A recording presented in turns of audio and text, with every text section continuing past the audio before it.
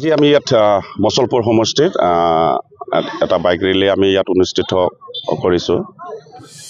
BTR piece accord 5 বছৰ সম্পূৰ্ণ হ'ল আজিৰ তাৰিখত। 2020 চনৰ 27 জানুৱাৰী তাৰিখে ভাৰত চৰকাৰ, অসম চৰকাৰ, নিখিল বড়ো ছাত্ৰ সন্থা আৰু NDFB মাজত এখন শান্তি চুক্তি স্বাক্ষৰিত হৈছিলে, যিখনক আমি বিটিআৰ শান্তি চুক্তি হিচাপে ইয়াত চিহ্নিত হৈছিল। আৰু এই শান্তি চুক্তিখনৰ আজি 5 বছৰ সম্পূৰ্ণ হ'ল আৰু এই 5 বছৰ সম্পূৰ্ণ উপলক্ষে সেলিব্ৰেশ্যন কৰাৰ কাৰণে ইয়াত বাইক ৰেলী অনুষ্ঠিত কৰা হৈছে। আৰু এই বিটিআৰ শান্তি চুক্তিখনে আমাৰ বিটিআৰ বাসীৰ কাৰণে এটা আশাৰ বতৰা কঢ়িয়াই লৈ আহিছে যে ইয়াত ইতিমধ্যে বিটিআৰ চুক্তি স্বাক্ষৰিত হোৱাৰ পিছত আমাৰ বিটিআৰত সম্পূৰ্ণভাৱে শান্তি স্থাপন হৈ গ'ল। আৰু এই শান্তিয়ে আমাৰ বিটিআৰ বাসীৰ জনসাধাৰণৰ মাজত এটা আশা আৰু আকাংক্ষা কঢ়িয়াই লৈ আহিছে। আৰু তাৰ কাৰণে ভাৰতৰ প্ৰধানমন্ত্ৰী নৰেন্দ্ৰ মোদী ডাঙৰীয়ালৈ আমি ধন্যবাদ জ্ঞাপন কৰিছোঁ। অসমৰ মুখ্যমন্ত্ৰী ডক্টৰ হিমন্ত বিশ্ব শৰ্মা ডাঙৰীয়ালৈ জ্ঞাপন কৰিছোঁ আৰু বিটিআৰ প্ৰধান প্ৰমোদ বড়ো ডাঙৰীয়ালৈ আমি ধন্যবাদ জ্ঞাপন কৰিছোঁ।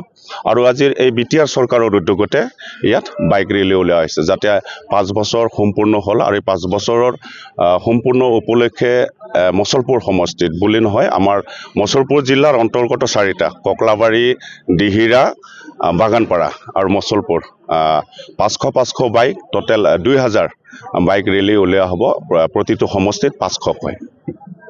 বিটিআৰ শান্তি চুক্তিৰ যিসমূহ দফা, এই দফাসমূহ সফলৰূপে কাৰ্যক্ষেত্ৰত ৰূপায়ণ হৈছে নিশ্চয় ক'ব লাগিব। কাৰণ প্ৰথম কথাই হৈছে কি যে যোৱা আগৰ সময়ছোৱাত বিটিআৰত যিহেতু ইয়াত মানে শান্তি নাছিল, অশান্তি জৰ্জৰ এটা অঞ্চল বুলি সকলোৱে কৈ পৰিছিল। আৰু ইয়াত মানুহৰ জীৱন সম্পত্তিৰ নিৰাপত্তা নাছিল, মানুহৰ মাজত সমন্বয় ভাতৃত্ববোধ নাছিলে, মানুহে ইয়াত ভয়ে ভয়ে বাস কৰি থাকিব লগা হৈছিল, হত্যা হিংসা এইবিলাক হৈ আছিলে। কিন্তু বিটিআৰ চুক্তিৰ স্বাক্ষৰ হোৱাৰ পিছত ইয়াৰ যিটো এটা পৰিৱৰ্তন সঁচাই ইয়াত যি এটা শান্তি আহিল, মানুহৰ মাজত থকা ভয় শংকা যি নাইকিয়া হৈ গ'ল।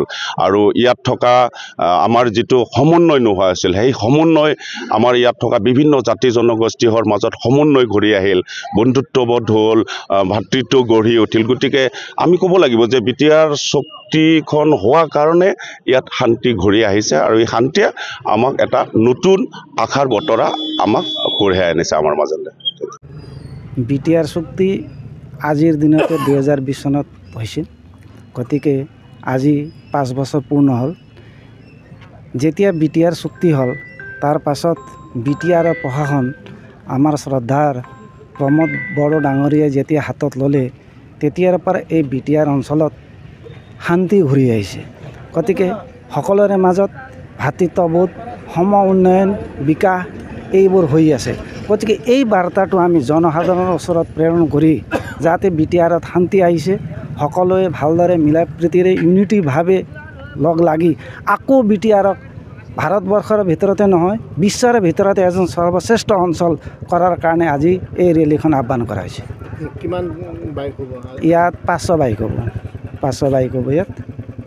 বিভিন্ন আমাৰ 15টা প্ৰাইমাৰী আছে।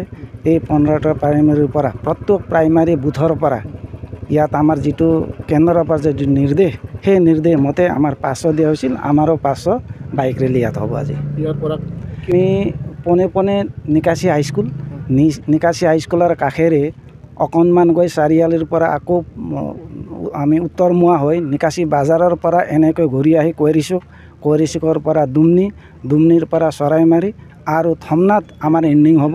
তাত সভা আকাৰে আমি সভা পাতিম।